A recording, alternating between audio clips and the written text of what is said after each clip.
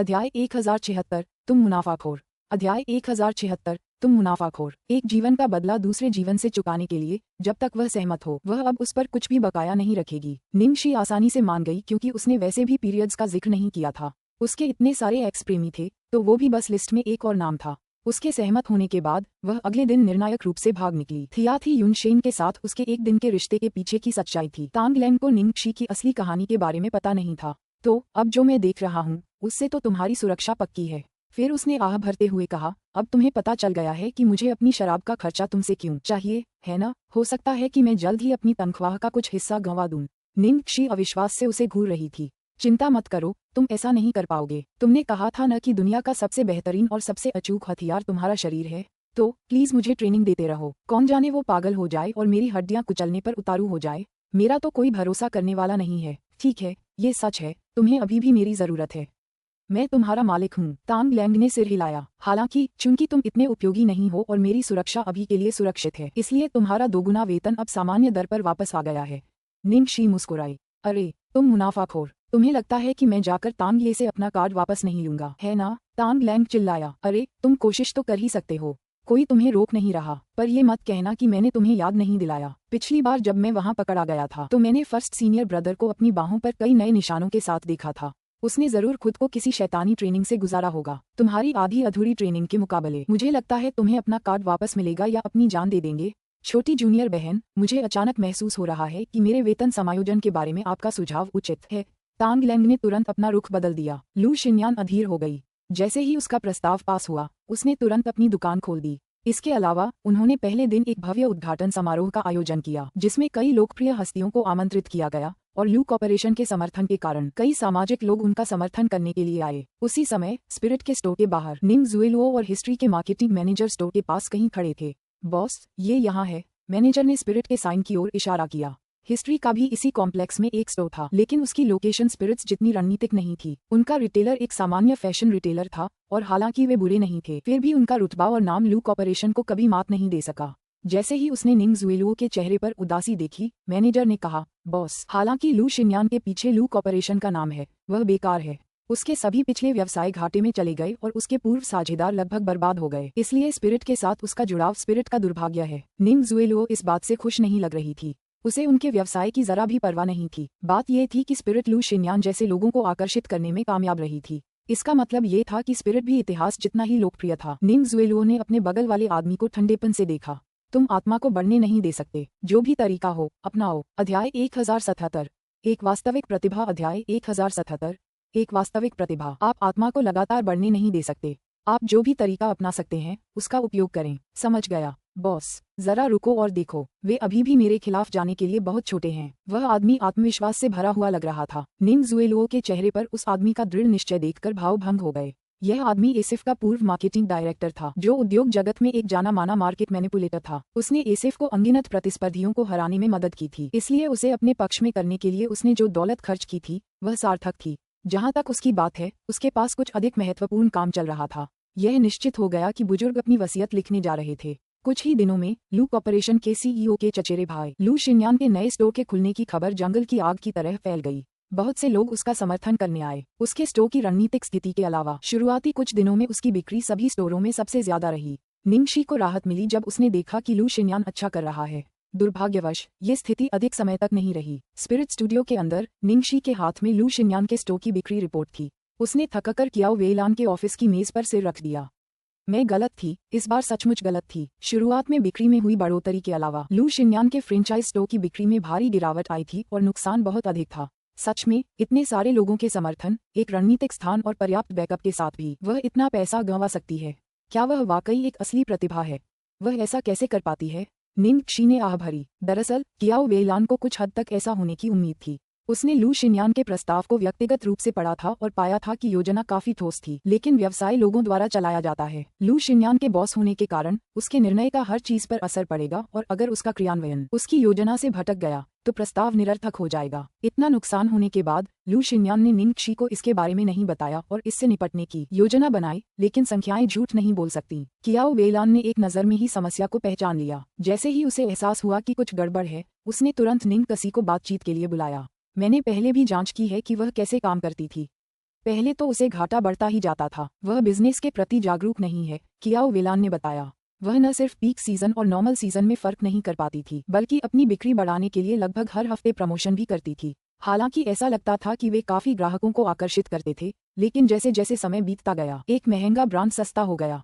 Event खत्म होने के बाद वह फिर से महंगे ब्रांड के दामों पर बेचने की उम्मीद कैसे कर सकती थी? निंग शी बेबस दिख रही थी। आखिरकार उसे यकीन हो गया कि वह लड़की वाकई एक नौसिखिया थी। लू शिन्यान की हार के बारे में निंग शी को अंदाजा तो था, लेकिन उसे उम्मीद नहीं थी कि यह इतनी बुरी होगी। अगर ऐसा ही चलता रहा तो निश्चित रूप से स्पिरिट के साथ साथ अन्य स्टोर्स पर भी इसका नकारात्मक प्रभाव पड़ेगा, कियाओ वेलान ने कहा। निंग शी ने अपनी नाक पर चुटकी काटी। डायरेक्टर कियाओ, आप अभी भी बिजनेस विस्तार प्रोजेक्ट में व्यस्त हैं। मैं लू शिन्यान से व्यक्तिगत रूप से बात करके देखूंगी। कियाओ वेलान ने बिना किसी आपत्ति के सिर हिला दिया। उसे लू शिन्यान से गलतियां होने का डर नहीं था। उसे डर था कि लू शिन्यान को अपनी गलती का एहसास नहीं होगा और वह गलतियां करती रहेगी। पिछली बार निंग शी और लू शिन्यान की बातचीत को देखते हुए लगता है कि वे काफी करीब हैं, इसलिए अगर वे इस बारे में बात कर सकें तो बहुत अच्छा होगा। अध्याय 1078 एक पागल आदमी को खोजें। अध्याय 1078 एक पागल आदमी को खोजें। हिस्ट्री के मुख्यालय में डेविड ने हाथ में शराब का गिलास घुमाया और फिर एक घूंट लिया।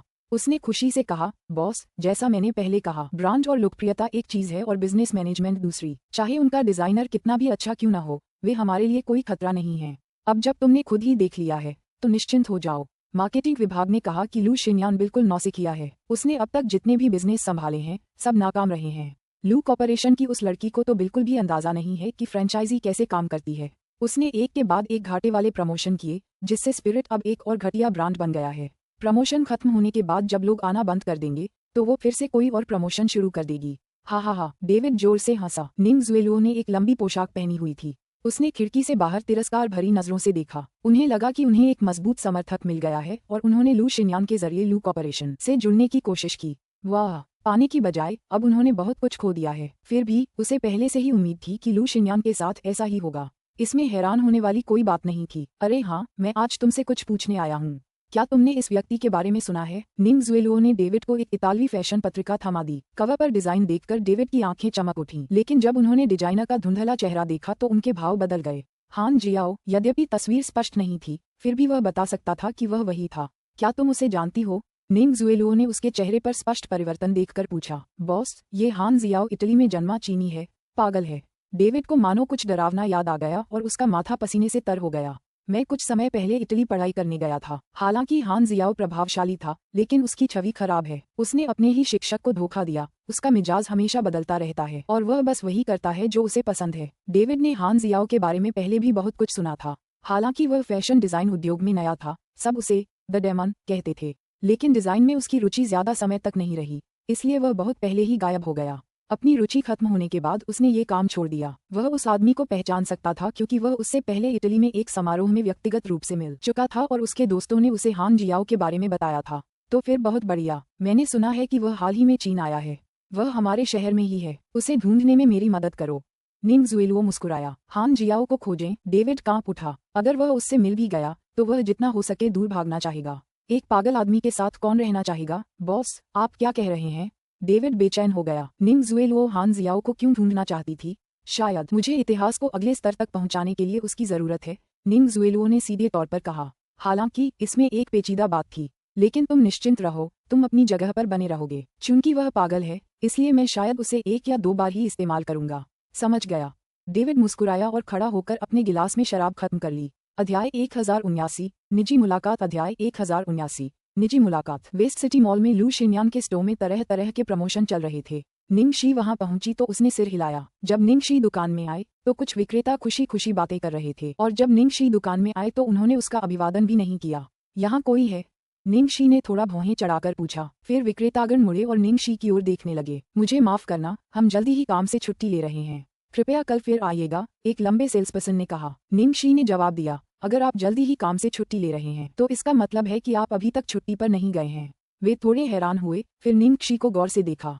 उसने आज थोड़ा सादा कपड़ा पहना था, लेकिन सबने उसे तुरंत नीची नजरों से देखा था। मिस, स्पिरिट एक उच्च स्तरीय लग्जरी ब्रांड है। हालांकि हमारे कुछ प्रमोशन चल रहे हैं, फिर भी उन सभी की कीमत कम से कम दसियों हजार में है। लंबा विक्रेता अधीर लग रहा था। उनके ग्राहक ज्यादातर अमीर सोशलाइट और मशहूर हस्तियां हुआ करते थे, लेकिन जब से उनका प्रचार अभियान शुरू हुआ है, ज्यादा से ज्यादा लोग उनके पास आते हैं और उनसे दाम पूछते हैं मानो बाजार हो। सेल्सपर्सन को ये देखकर घिन आती है क्योंकि उन्हें पता है कि ये लोग मांगने पर भी उन्हें नहीं खरीद पाएंगे। निंगशी ने उनकी बात अनसुनी कर दी और दुकान के अंदर चली गई। तुम्हें क्या हुआ है? क्या मैंने तुम्हें नहीं बताया था कि हम जल्द ही बंद होने वाले हैं? वे उसके पीछे गए और लंबी लड़की विशेष रूप से परेशान दिख रही थी। निंगशी की नज़र एक लंबे कोट पर पड़ी और उसने उस पर हाथ रख दिया। लंबी लड़की उसके सामने आए, कोट को पकड़ा और निंगशी के हाथ लगने से बचाने के लिए उसे एक ऊंची रैक पर रख दिया। मुझे माफ करना, स्पिरिट एक लग्जरी ब्रांड है। आप इसे न तो आजमा सकते हैं और न ही छू सकते हैं। ये कितने का है? निंगशी ने पूछा। यह, लंबी लड़की ने निंगशी की तरफ तिरस्कार भरी नजरों से देखा। ये स्पिरिट का नया डिजाइन है। डिस्काउंट के बाद इसकी कीमत $40,000 है। $40,000। निंगशी को थोड़ा ज्यादा ही झटका लगा। लागत मूल्य तो इससे भी ज्यादा था। लू शिन्यान ने जो भी टुकड़ा बेचा उसमें घाटा हुआ। जितना ज्यादा उसने बेचा उतना ही उसे घाटा हुआ। विक्रेता ने सोचा कि निंगशी को उसकी महंगी कीमत देखकर झटका लगा होगा। जब उन्होंने उसे भौहें चढ़ाते देखा तो वे उस पर ठहाके लगाने लगे। आप अन्य दुकानों पर जा सकते हैं।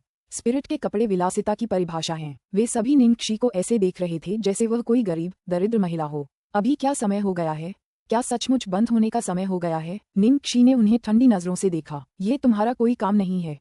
कृपया कहीं और चले जाओ और मुसीबत मोल लेना बंद करो। लंबा विक्रेता वास्तव में असभ्य था। निंगशी कुछ और बोल पाती उससे पहले ही एक आदमी और एक औरत अंदर आए। लड़की के दाहिने कंधे पर एक ब्रांडेड स्लिंग पर्स था, जबकि उसका बायां हाथ बगल वाले आदमी से चिपका हुआ था। क्या ये बंद हो रहा है?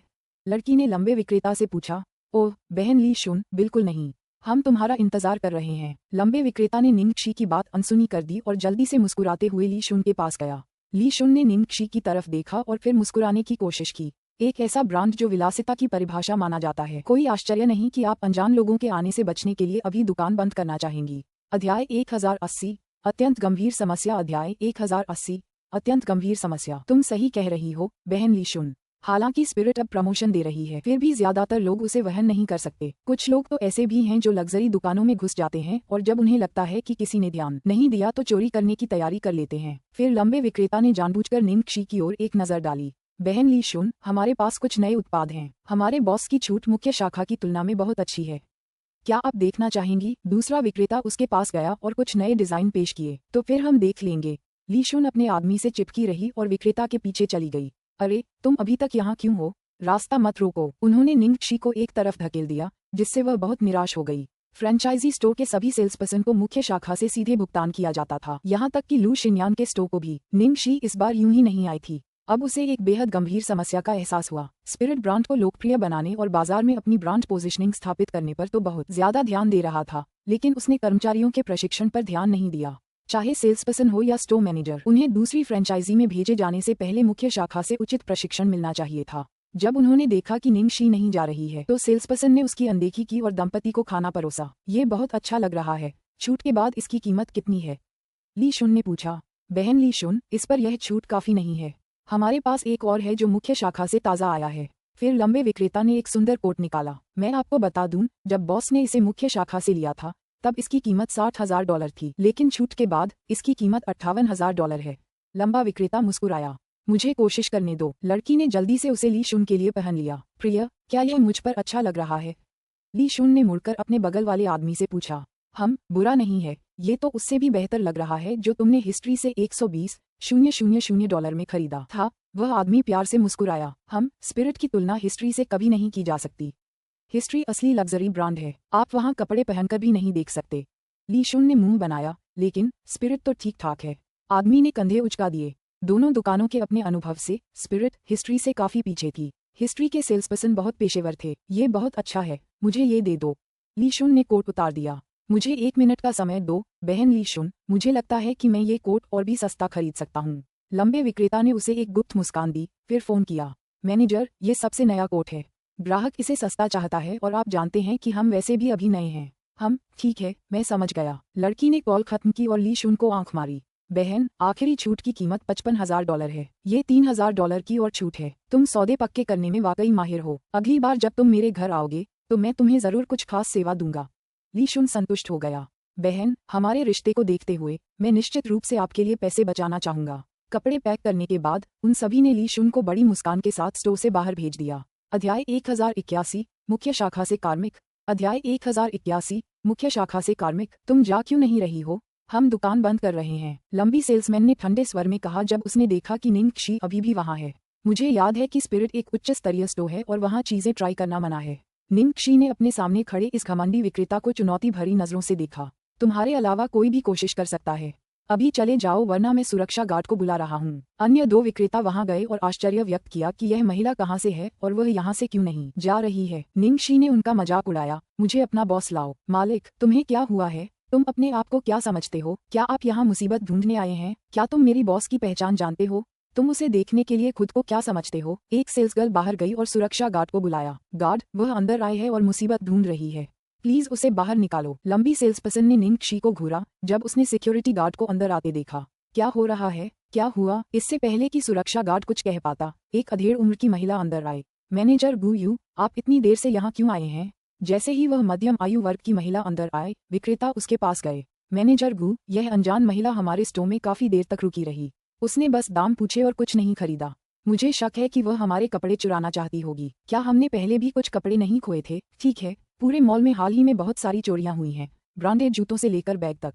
ये सब तब चोरी हो गए जब किसी ने ध्यान ही नहीं दिया। मैनेजर ने अधीरता से निंगक्षी को देखा, लेकिन जब उसने उसे देखा तो उसे लगा कि वह परिचित लग रही है। क्या आप मुख्य शाखा से हैं? मैनेजर ने याद करने की कोशिश की। कुछ देर पहले वह अपने बॉस के साथ मुख्य शाखा में कुछ कागजी काम करवाने गई थी और उसे यकीन था कि उसने इस महिला को वहां पहले भी देखा होगा। मुख्य शाखा, आत्मा की मुख्य शाखा। सेल्स पर्सन हैरान थे। मुख्य शाखा से कोई व्यक्ति उनकी दुकान पर क्यों आया होगा? एक लड़की ने कहा, शायद वह हमारी दुकान से कुछ खरीदना चाहती है क्योंकि उसने छूट के बारे में सुना है। मुख्य शाखा? अगर वो मुख्य शाखा से है तो क्या हुआ?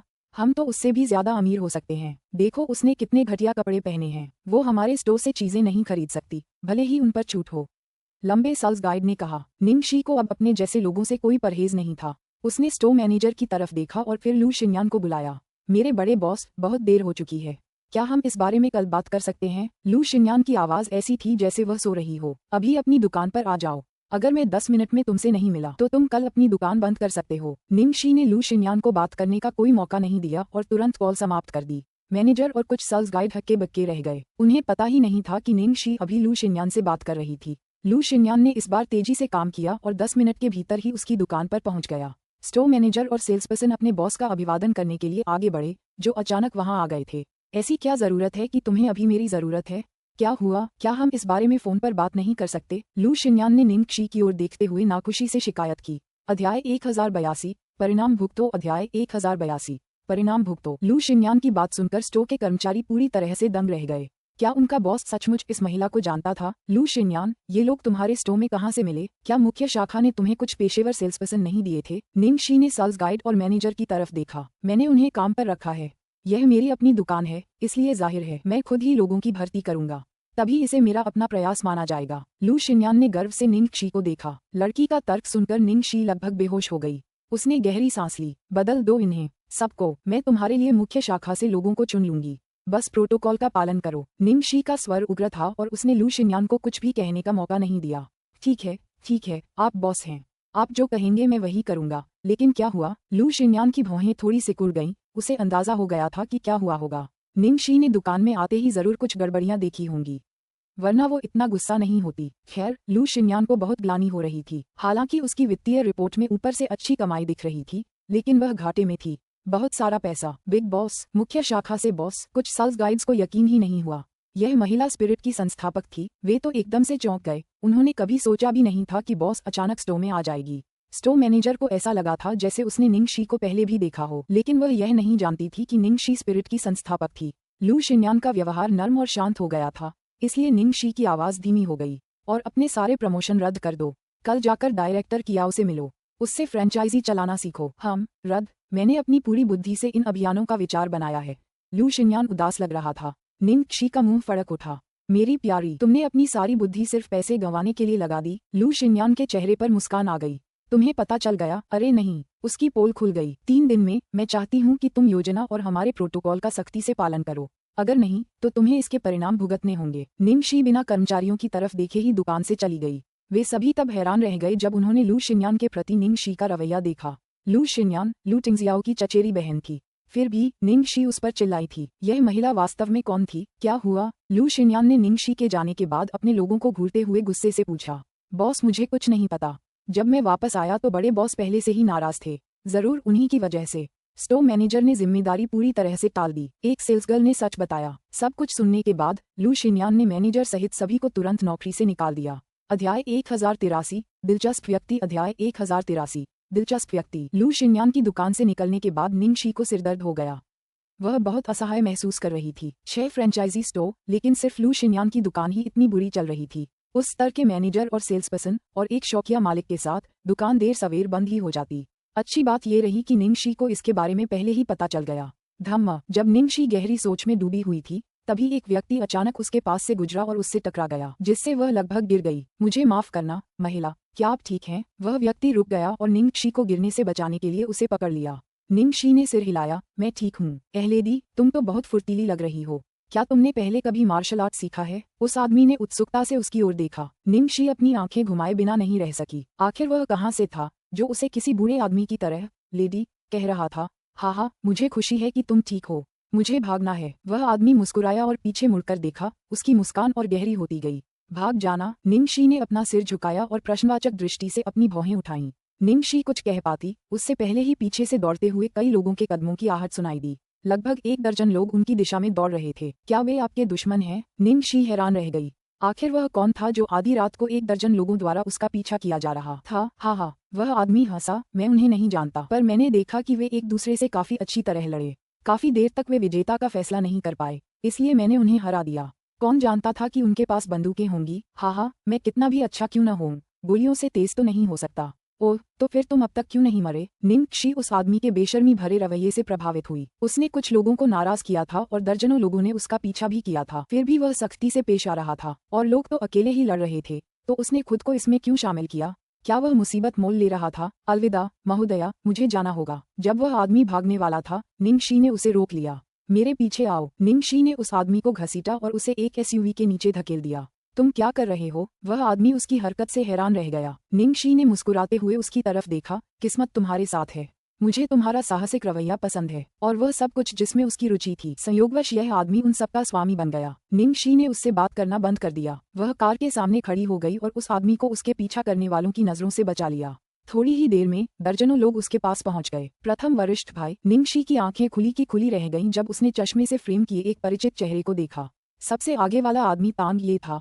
और भी चौंकाने वाली बात ये थी कि सिर्फ तांग ये ही नहीं था, तांग लैंग भी उसके बगल में था। वे एक साथ कैसे आए? छोटी जूनियर बहन, तुम यहाँ क्यों हो? तांग लैंग ने हौंफते हुए पूछा। दूसरे वरिष्ठ भाई, मैं आप लोगों से पूछने वाला हूँ, आप लोग क्या कर रहे हैं? आप पहले वरिष्ठ भाई के साथ क्यों हैं? निंगशी दंग रह गई। क्या कार के नीचे वाले आदमी को तांग ये और तांग लैंग द्वारा शिकार किया जा सकता है?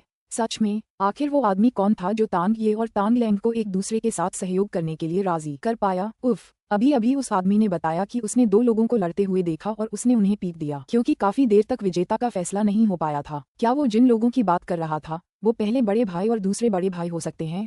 अध्याय 1084 प्यार से खेलना। अध्याय 1084 प्यार से खेलना। छोटी जूनियर बहन, क्या तुमने किसी पागल आदमी को गुजरते देखा?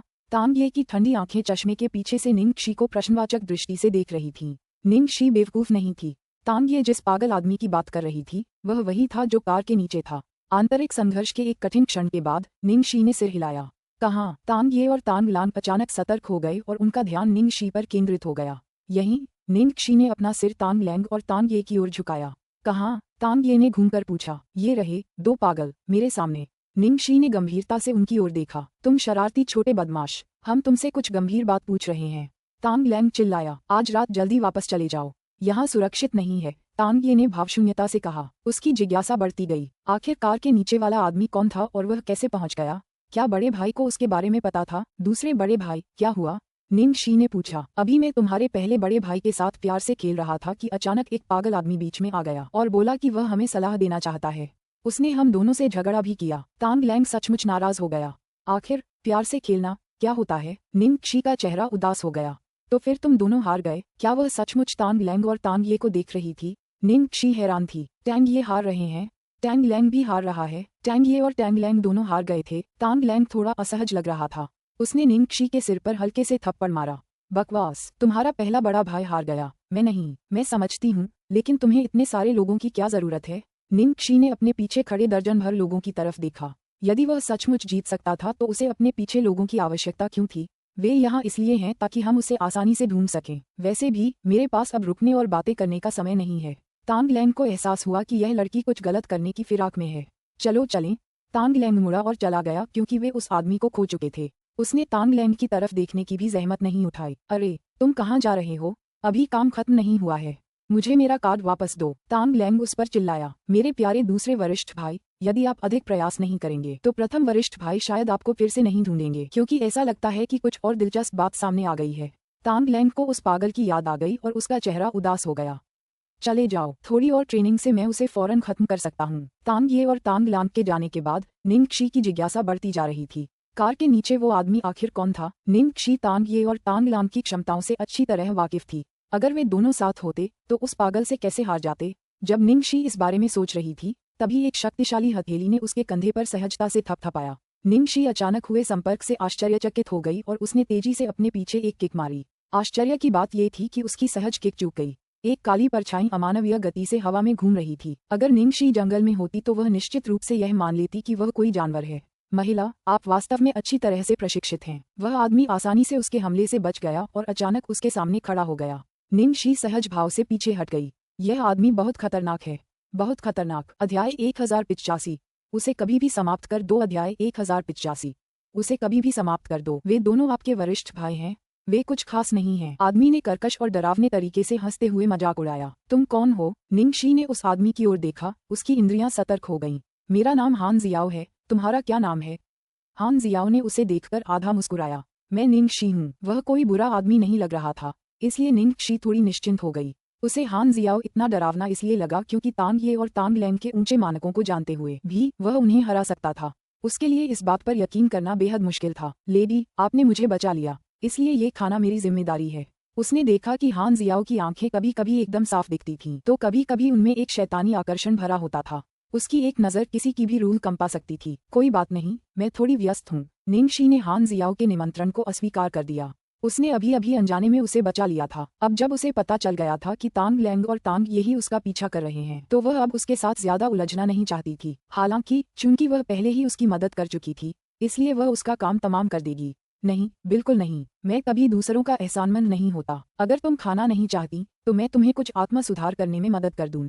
क्या तुम प्लास्टिक सर्जरी करवाना चाहोगी? आजकल की औरतें अपने चेहरे पर प्लास्टिक सर्जरी करवाना पसंद करती हैं, है ना? हालांकि तुम पहले से ही बहुत अच्छी लग रही हो, मैं तुम्हें और भी बेहतर बना सकता हूँ। अचानक हान जियाओ ने एक स्कैल्पेल निकाला। अरे, तुम क्या चाहते हो? निंगक्षी को संदेह था कि क्या उसकी मदद करना सही निर्णय था। चिंता मत करो, मैं आपको बताना भूल गया कि मैं पहले एक सर्जन था। ओह, मैं एक फैशन डिजाइनर भी था। मैंने कब्र की देखभाल करने वाले के रूप में भी काम किया है। हान जियाओ ऐसा लग रहा था जैसे वह गंभीरता से उन नौकरियों को याद कर रहा था जो उसने पहले की थीं। एक डिजाइनर? निंगक्षी का मुंह फड़क उठा। यह आदमी कभी डिजाइनर था? अरे, क्या तुमने नहीं कहा था कि तुम मेरे लिए खाना खरीदना चाहते हो? चलो चलें। निंगक्षी को समझ नहीं आ रहा था कि यह पागल क्या सोच रहा है, इसलिए बेहतर होगा कि वह किसी भीड़ भाड़ वाली जगह चली जाए जो उसके लिए ज्यादा सुरक्षित होगा। अगर कुछ हुआ भी तो उसके लिए बच निकलना भी आसान होगा। रेस्तरां के आधे रास्ते में हान जियाओ ने उसकी गाड़ी तेजी से आगे बढ़ा दी। पहाड़ों को ऊंचाइयों का आशीर्वाद नहीं मिलता। अगर कोई देवता भीतर रहता है तो ये धन्य है। नदी का मूल्यांकन उसकी गहराई से नहीं किया जाता। जब कोई अजगर भीतर रहता है तो यह आध्यात्मिक है। आत्मा का नाम शुद्ध लगता है। हान जियाओ स्पिरिट की दुकान के बाहर खड़ा था और कांच की खिड़की से अंदर के कपड़ों को देख रहा था। मैंने कुछ दुकानों के डिजाइन कॉन्सेप्ट और कपड़ों को देखा है। ये स्पिरिट काफी अच्छी है। मैं देखना चाहता हूँ कि इसका डिजाइनर कौन है। हान जियाओ ने डरावनी मुस्कान दी। मुझे लगता है कि तुम्हें वापस कब्र की देखभाल करने जाना चाहिए। क्या तुम सच में सोचते हो कि तुम एक डिजाइनर हो? निंगक्षी ने कहा। हान जियाओ तेजी से मुड़ा।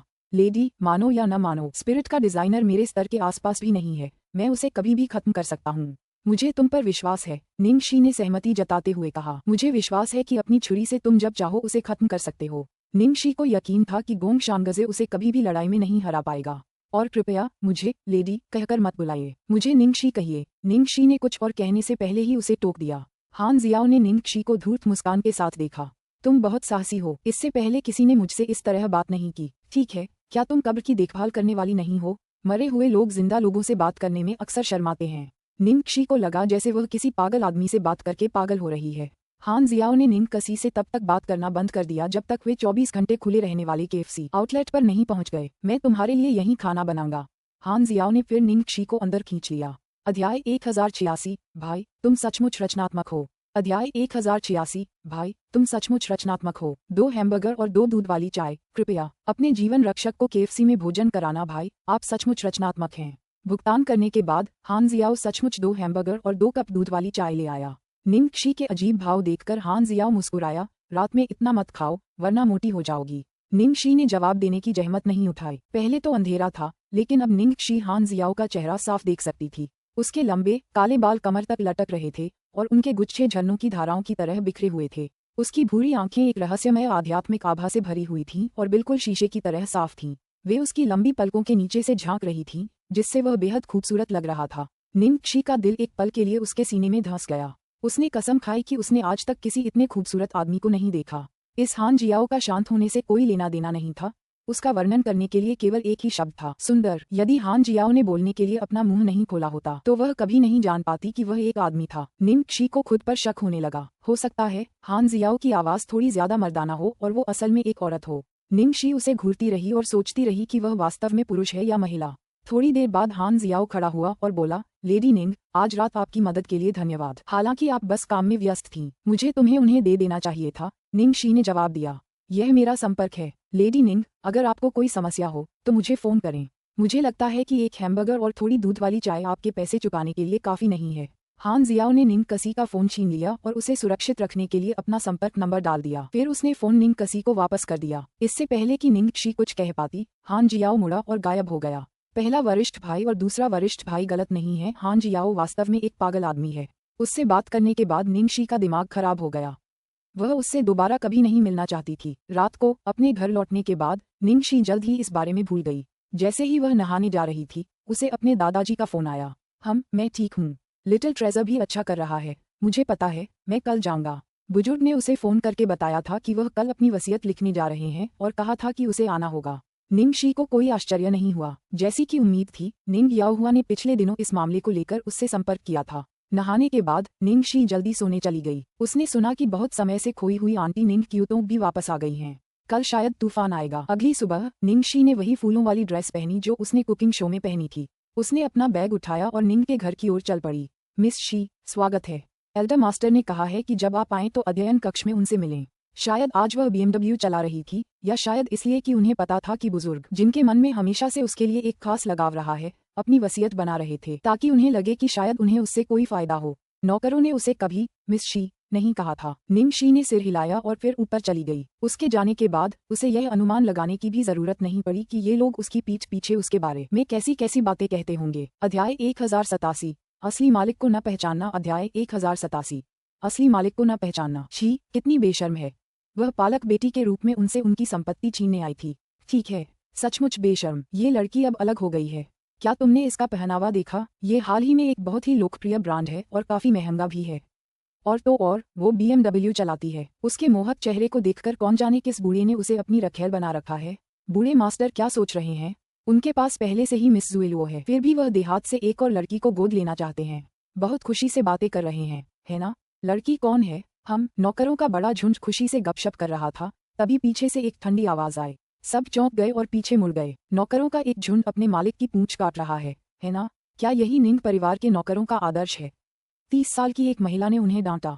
उसके बाल छोटे थे और उसने शैंपेन रंग की पोशाक पहनी हुई थी जो एक मजबूत महिला की प्रतिमूर्ति लग रही थी। निंग क्यूतोंग, निंग याओहुआ और निंग याओबांग की चचेरी बहन थी। उसके माता पिता का देहांत जल्दी हो गया था, इसलिए वह घर छोड़कर विदेश चली गई। अफवाह थी कि उसका कारोबार बहुत अच्छा चल रहा था और उसकी शादी एक अच्छे परिवार में हुई थी। उसे वापस आए कई साल हो गए थे। विदेश में उसकी अच्छी कमाई के कारण और निंग परिवार के कुछ बड़े नौकरों को उसके बारे में पता होने के कारण कभी कभी बातचीत में उसका नाम लिया जाता था। इतने वर्षों के बाद भी उसकी भयावह आभा अभी भी वैसी ही थी। हम सुश्री शी की बात कर रहे हैं, सुश्री जुएलुओ की नहीं। यह सही है, हम देहात की लड़की की बात कर रहे हैं। निंग क्यूतोंग ऐसी व्यक्ति नहीं थी जिसके साथ झगड़ा किया जा सके, इसलिए उन्होंने उसे जल्दी से समझाया। निंग क्यूतोंग ने सबको घूरा। उसका स्वर और भी ठंडा हो गया। अगर तुम लोग निंग जुएलुओ के बारे में बात कर रहे थे तो मुझे तुम सबको डांटने की क्या जरूरत थी? हास्यास्पद। नौकर अब अपने असली मालिक को भी नहीं पहचान पा रहे थे। अगर चाचा का फोन न आता तो वह सचमुच वापस आना ही नहीं चाहती थी। मिस शी, उसका क्या मतलब है? उसका क्या मतलब है कि अगर हम मिस जुएलुओ के बारे में बात कर रहे होते तो वह हमें डांटती नहीं? कौन जानता है। दरअसल मुझे कई साल पहले ही पता चल गया था कि निंग क्यूतोंग को सुश्री जुएलुओ पसंद नहीं थी। मुझे समझ नहीं आ रहा कि उनके बीच क्या गड़बड़ हुई। वे फिर से गपशप करने लगे और योग्य निंग क्यूतों के महान जीवन पर चर्चा करने लगे। जब निंग शी अध्ययन कक्ष में दाखिल हुई तो उसने देखा कि बाकी सभी लोग आ चुके थे। निंग याओ हुआ, जूंग लिंग्यू, निंग जुएलुओ, निंग याओबांग और निंग तियानक्सिन भी वहां मौजूद थे। यहाँ तक कि सु यान भी सत्र में शामिल हुई थी। जियो जी, तुम यहाँ हो, दादाजी के पास आओ। निंग जी को देखते ही बुजुर्ग के गंभीर चेहरे पर मुस्कान आ गई। निंग शी ने आज अपनी जवानी से मेल खाते हुए आड़ू रंग का मेकअप किया था। बुजुर्ग खुश थे कि वह स्वस्थ और खुश दिख रही थी। चारों तरफ से आती ठंडी निगाहों को नजरअंदाज करते हुए निंग शी मुस्कुराते हुए अपने दादाजी के पास गई। दादाजी, आप ठीक तो हैं? पिछली बार मैंने आपको जो हर्बल दवा दी थी वह कैसी थी? क्या वह असरदार थी? बुजुर्ग उसे खबर देने के लिए उत्साहित थे। मैं तो तुम्हें बताने ही वाला था। तुमने जो दवा दी थी उसने कमाल कर दिया। मेरा सिरदर्द बंद हो गया और सोते समय पसीना आना भी बंद हो गया। अब मैं और भी ज्यादा चल सकता हूँ। देखो मैं कैसे चल रहा हूँ। अध्याय 1088, वह पागल होना चाहिए। अध्याय 1088, वह पागल होना चाहिए। निंग शी की हल्की सी हंसी फूट पड़ी। तो फिर बहुत बढ़िया, जब तुम इसे खत्म कर लोगी तो मैं तुम्हारे लिए और लाऊंगी। जियाओ शी, तुम किस पुराने पारंपरिक चीनी चिकित्सक के पास गई थी? वह सचमुच असली होगा। मैं पहले भी कुछ के पास गया हूँ। उन्होंने जो भी दवाइयाँ दी उनका स्वाद बहुत बुरा था और सब बेकार थीं। जो उपयोगी थीं उनके भी गंभीर दुष्प्रभाव थे। बुजुर्ग ने शिकायत की। यह मेरा एक दोस्त है। उसकी उम्र ज्यादा नहीं है लेकिन उसे चिकित्सा का बहुत अच्छा ज्ञान है। निंग शी ने जवाब दिया। एनी के आखिरी बार मिलने के बाद वे समय समय पर एक दूसरे को मैसेज करते रहते थे। तो ऐसी ही एक बातचीत में निंग शी ने यूं ही उससे अपने दादाजी की बीमारी के इलाज के बारे में पूछ लिया था। एनी ने बहुत ही विस्तृत नुस्खा लिखकर जवाब दिया था। इसलिए वह एक पारंपरिक चीनी जड़ी बूटी की दुकान पर गई और नुस्खे के अनुसार अपनी जरूरत की दवाएं खरीद लीं। उसे हैरानी हुई कि ये दवा बहुत कारगर रही। उसे एनी को उचित रूप से धन्यवाद देने के लिए समय निकालना पड़ा। तुमने सचमुच एक युवा डॉक्टर के नुस्खे पर भरोसा करने की हिम्मत की। अगर कोई समस्या आ गई तो क्या होगा? निंग याओबांग बुदबुदाया।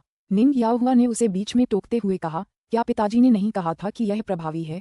अपनी बकवास बंद करो। निंग याओहुआ ने फिर थोड़ा नर्म रुख अपनाया और निंग शी से कहा, बहुत बहुत धन्यवाद जियो शी। अभी बहुत नाजुक दौर चल रहा था। चाहे वह निंग शी से कितना भी नाखुश क्यों न हो, उसे निंग शी को अभी अपने पक्ष में करना था। जूंग लिंग्यू कुछ कहने ही वाला था कि निंग याओहुआ ने उसे रोक दिया। जियाओ शी, बैठ जाओ। निंग शी के प्रति निंग याओहुआ के रवैये को देखते हुए निंग जुएलुओ अपनी भावनाओं को अंदर ही अंदर दबाने के अलावा कुछ नहीं कर सकी। अब महत्वपूर्ण बात ये थी कि निंग शी से शेयर प्राप्त किए जाएं। बहन, इधर आओ। निंग जुएलुओ उसे घसीटकर अपनी सीट पर ले गया, जहां जूंग लिंग्यू उसके बाईं ओर और सु यान दाईं ओर थी। जब सु यान ने देखा कि निंग जुएलुओ उसे घसीटने की कोशिश कर रहा है तो वह थोड़ा आगे बढ़ गया, जिससे निंग शी अब निंग जुएलुओ और सु यान के बीच बैठ गई। निंग शी के बैठ जाने के बाद सु यान को चैन नहीं मिला और वह थोड़ा और दूर हट गया। हालांकि उसकी कोशिश बेकार रही, क्योंकि हर सांस के साथ उस लड़की की प्राकृतिक मीठी खुशबू उसके नथुनों में समा रही थी और सीधे उसके दिल में उतर रही थी। उसे याद नहीं कि आखिरी बार वह उसके इतने करीब कब था। उसे ये भी समझ नहीं आ रहा था कि जब वे दोनों एक दूसरे के बगल में बैठे थे तो उसे इतनी असहजता क्यों महसूस हो रही थी। लड़की उस समय निंग जुएलुओ से बात कर रही थी। उसने लड़की की तितली जैसी पलकों, उसके कोमल होठों और उसकी खूबसूरत हंसी पर नजर डाली। वो पागल हो गया होगा। उसकी मंगेतर यहीं थी। फिर भी वो किसी और औरत की तरफ आकर्षित हो गया, और वो औरत तो वो थी जिसे वो अपनी छोटी बहन जैसा मानता था। जब से उसे एहसास हुआ कि निंग शी के लिए उसकी भावनाएं असामान्य हैं, उसने खुद को निंग शी से मिलने से रोक लिया था। कुछ समय के लिए वह उसे भूल भी गया था। दुर्भाग्य से अब जब वे फिर से मिले तो उसकी लंबे समय से दबी हुई भावनाएं फूट पड़ीं, जो काबू से बाहर थीं। सु यान, उठो। आदमी ने गहरी सांस ली और खुद को शांत करने की कोशिश की। बहन, ये पोशाक तुम पर बहुत अच्छी लग रही है। निंग जुएलुओ प्रभावित लग रही थी। उसने कपड़े को छुआ और बोली, बहन, क्या ये स्पिरिट का इस सीजन का सबसे नया उत्पाद नहीं है? मैंने तुम्हें पिछली बार कुकिंग शो में इसे पहने देखा था। कई लोगों ने मुझसे इस ब्रांड के बारे में पूछा है। मैंने सुना है कि यह डिजाइन बिक चुका है। अध्याय 1089। चलो फिर शुरू करते हैं। अध्याय 1089।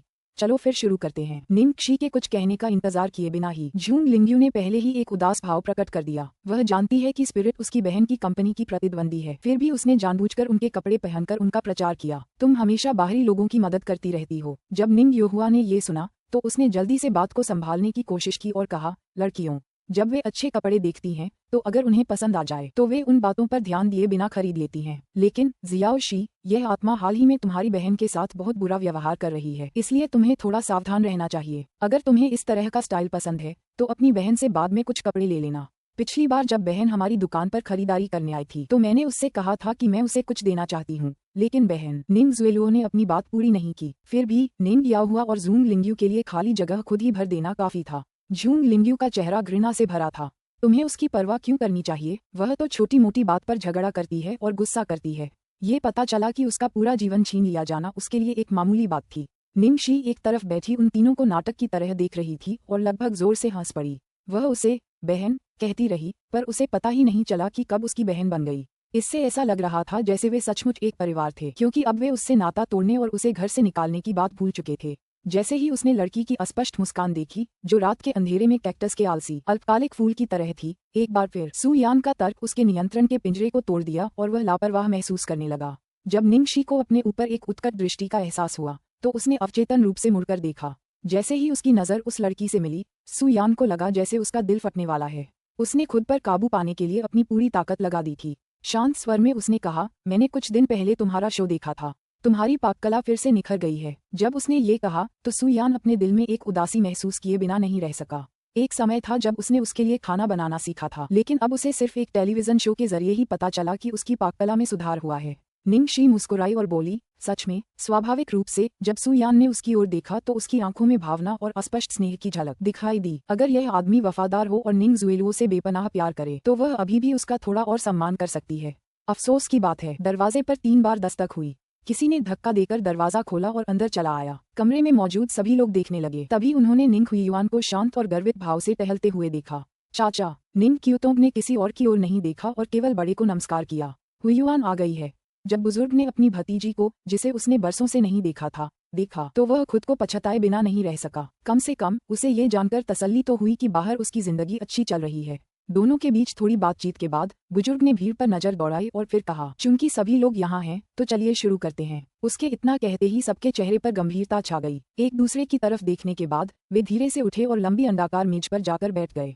वकील साहब तैयार वसीयतनामा लिए हुए थे और मेज के सबसे आगे बैठे बुजुर्ग के पास खड़े थे। मेज पर निंग याहुआ, जूंग लिंगयू, निंग जुएलुओ और सु यान एक तरफ बैठे थे, जबकि निंग याहुआ और निंग तियानेक्सिन दूसरी तरफ बैठे थे। निंग क्यूतोंग निंग तियानेक्सिन के पास बैठा था। फिर निंग शी बची। निंग शी की नजरें सु यान के सामने वाली खाली सीट से हट गईं। फिर उसने निंग याहुआ की चेतावनी भरी निगाहों को नजरअंदाज कर दिया और निंग क्यूतोंग के बगल में सु यान के सामने आराम से बैठ गई। अध्याय 1090।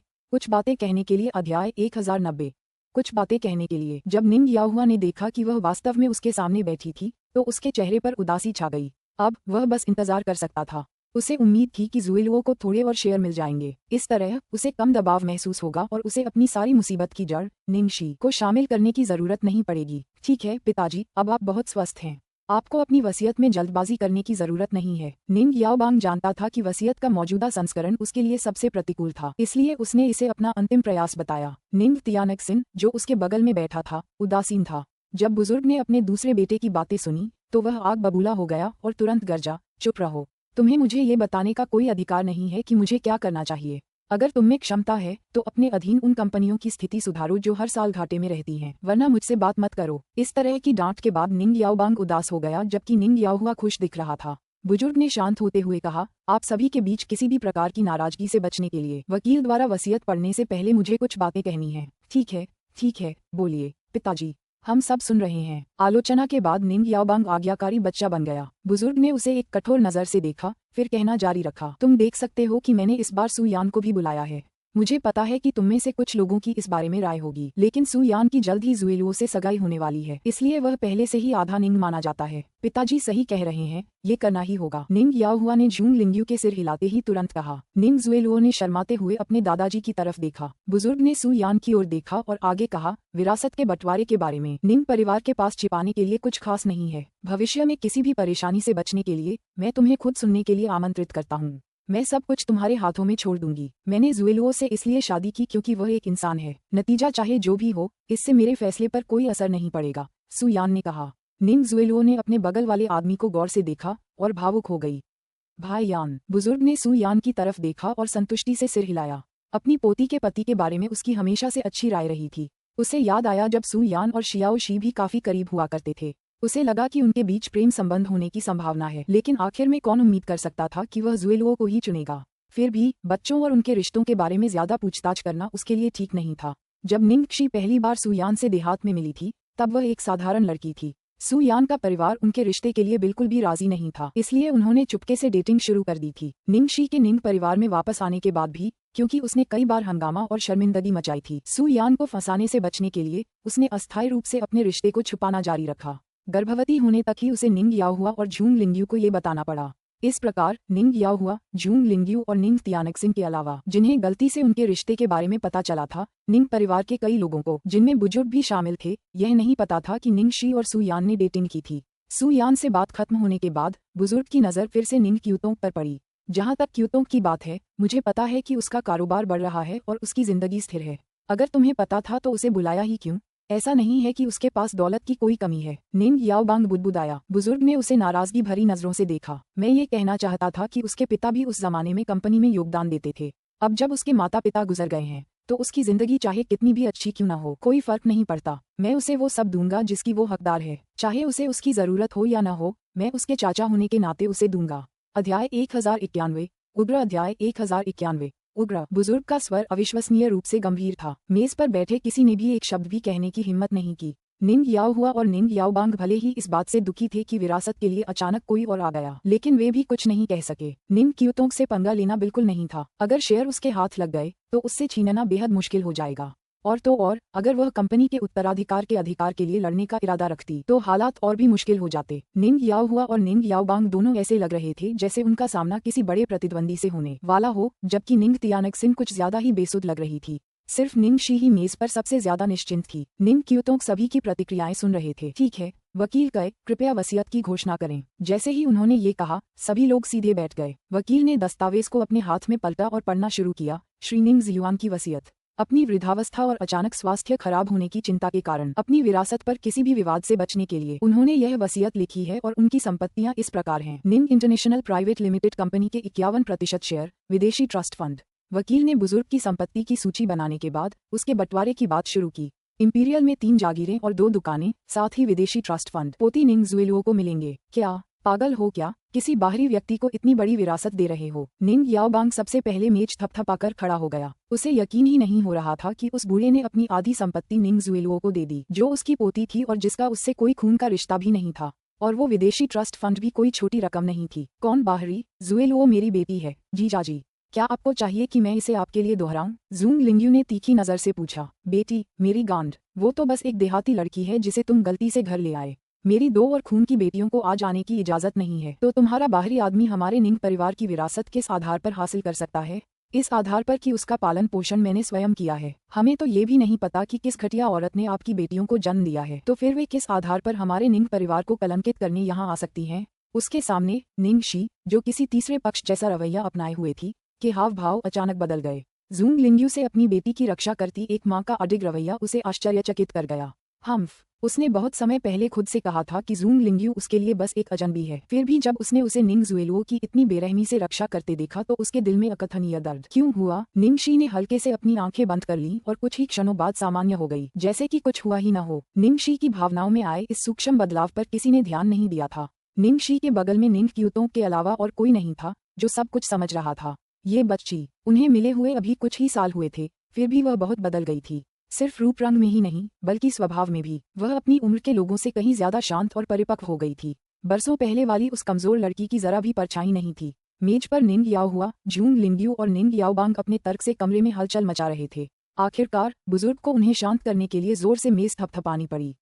सब चुप हो जाओ। जुएलुओ बेशक हमारा खून का रिश्तेदार नहीं है, लेकिन इंसान तो जिंदा प्राणी है और हम बेरहम नहीं हो सकते। वो 20 साल से ज्यादा समय से मेरी पोती है, इसलिए मैं इसे उसके लिए अपना दहेज समझता हूँ। किसी को एक शब्द भी बोलने की इजाजत नहीं है। निंग याओबांग ने गुस्से में मेज पर मुक्का मारा। अध्याय 1092।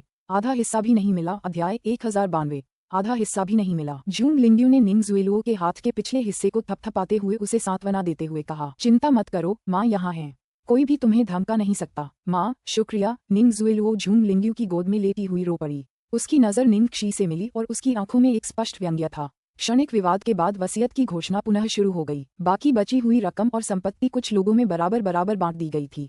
निंग शी को सिटी सी में भी एक संपत्ति मिली थी। सिटी सी ही वह जगह थी जहां उसके पालक माता पिता रहते थे और जहां वह पिछले 18 सालों से पली बड़ी थी। बुजुर्ग ने इस व्यवस्था पर बहुत सोच विचार किया था। इसके बाद सबसे महत्वपूर्ण हिस्सा बचा, कंपनी के शेयर। यही वजह थी कि निंग याओबांग ने हंगामा करने से परहेज किया था।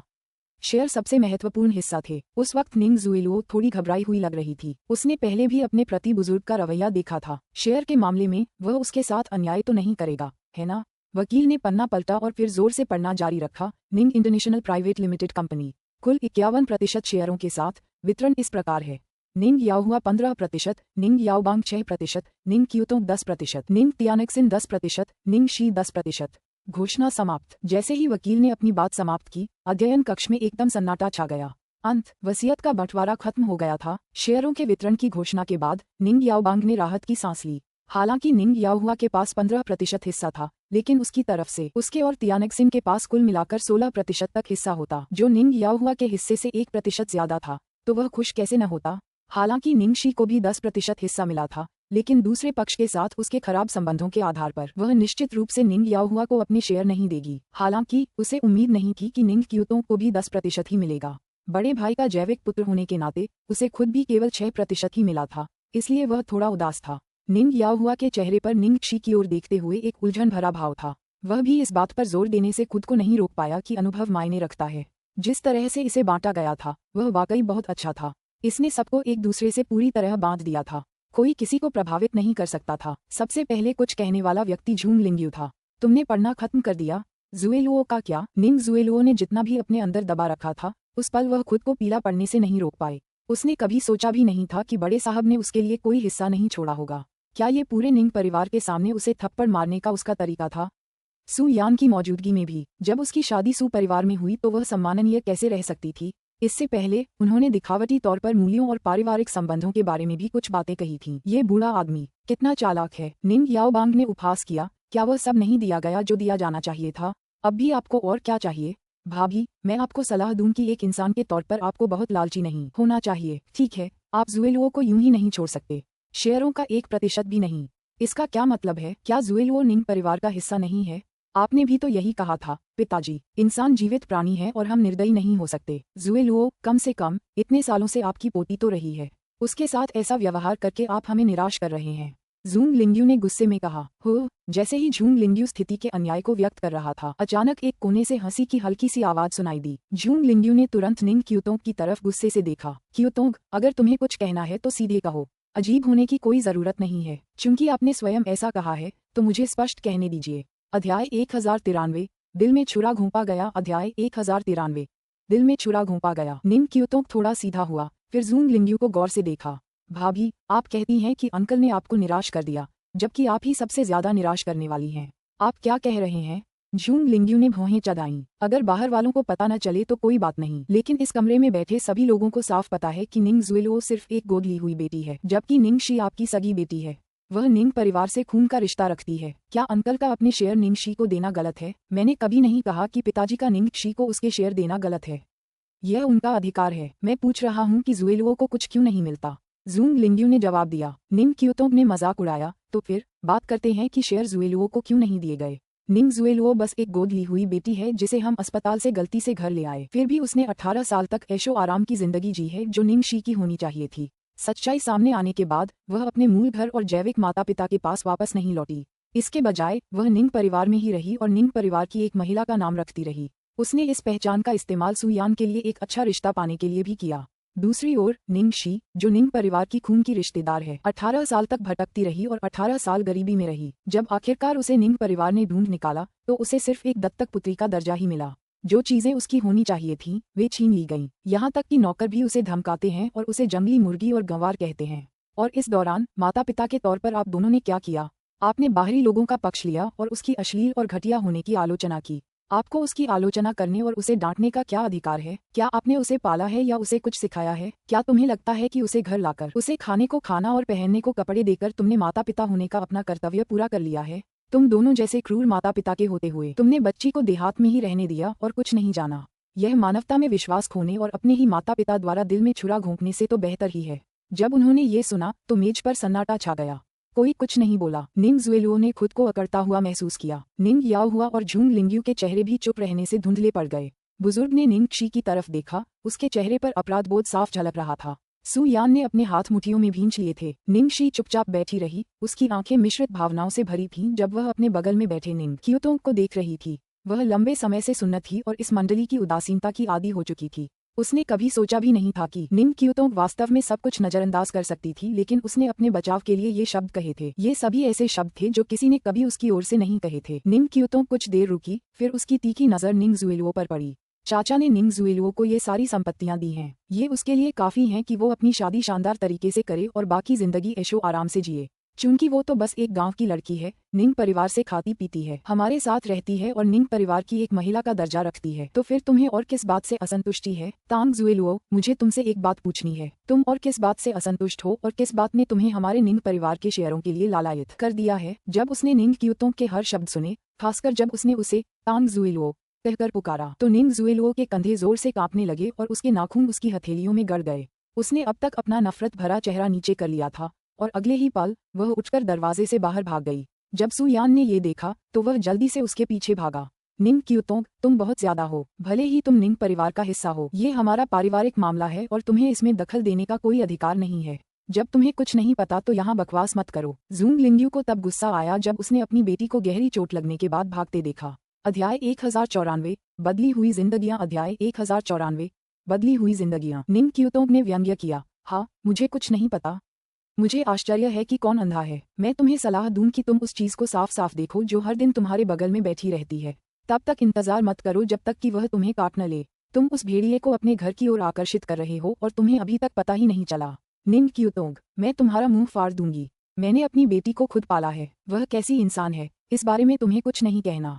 जूंग लिंग्यू इतनी उत्तेजित थी कि वह चलकर पास आना चाहती थी, लेकिन निंग याहुआ ने उसे रोक लिया। हा, मुझे लगता है कि क्यूतोंग बिल्कुल सही कह रही है। मैंने आपको पहले ही बता दिया था, भाभी, आप दोनों इस बाहरी व्यक्ति के साथ किसी रत्न की तरह व्यवहार करती हैं। आपकी बुद्धि और तर्क मेरे लिए समझना थोड़ा मुश्किल है। निंग याओबांग इस अच्छे शो का आनंद ले रही थी। चुप रहो, निंग याओबांग, मुझे लगता है कि तुम बस ईर्ष्या कर रहे हो, निंग याहुआ ने दहाड़ते हुए जवाब दिया। दोनों पक्षों में झगड़ा शुरू हो गया और स्थिति अराजक हो गई। बूढ़े आदमी ने अपनी कनपटियां मसलीं और उनमें बहस की परवाह करने की जरा भी हिम्मत नहीं बची थी। उसने बस वकील को कमरे से बाहर जाने में मदद करने दिया। उसी समय निंग परिवार के आंगन में निंग जुएलुओ सीधे जंगल में भाग गई थी और एक पेड़ पर झुककर दुख में जोर जोर से रो रही थी। सुयान उसके पीछे खड़ा हो गया और उसे सावधानी से अपनी बाहों में खींच लिया। दुखी मत हो, आंटी क्यूतों के शब्द थोड़े कठोर हैं, पर यह उनका स्वभाव है, इसे दिल पर मत लेना। मैं इसे दिल पर कैसे न लूं? उसने मुझे इतना बुरा बना दिया मानो मैंने निंग शी का सब कुछ लूट लिया हो। मैं भी अपनी माँ की बेटी हूँ। मैं जन्म से ही निंग परिवार में हूँ और 18 सालों से निंग जुएलुओ हूँ। जब तुम अचानक मुझसे कहते हो कि मेरे पास जो कुछ भी है वो मेरा नहीं है और मेरे माता पिता वास्तव में मेरे माता पिता नहीं हैं, तो क्या उसे सचमुच लगता है कि मुझे इससे अच्छा लगा? उसने ऐसा क्यों कहा कि मैंने निंग शी को लूटा है? क्या वो अचानक ही मुझसे सब कुछ लूटने के लिए प्रकट नहीं हुई थी? दादाजी बार बार कहते थे कि मैं भी उनकी पोती हूँ, फिर भी वो मेरे साथ ऐसा व्यवहार करते हैं। शायद उन्होंने मुझे निंग परिवार का सदस्य ही नहीं समझा। निंग जुएलुओ बेहद भावुक हो गई जब उसने ये सब कहा। जैसे ही सुयान ने निंग जुएलुओ की बातें सुनी, वह अचानक अवाक रह गया। अगर निंग जुएलुओ ने पहले इस बारे में उससे रोया होता तो वह निश्चित रूप से बिना शर्त उसका समर्थन करता और उसके पक्ष में होता।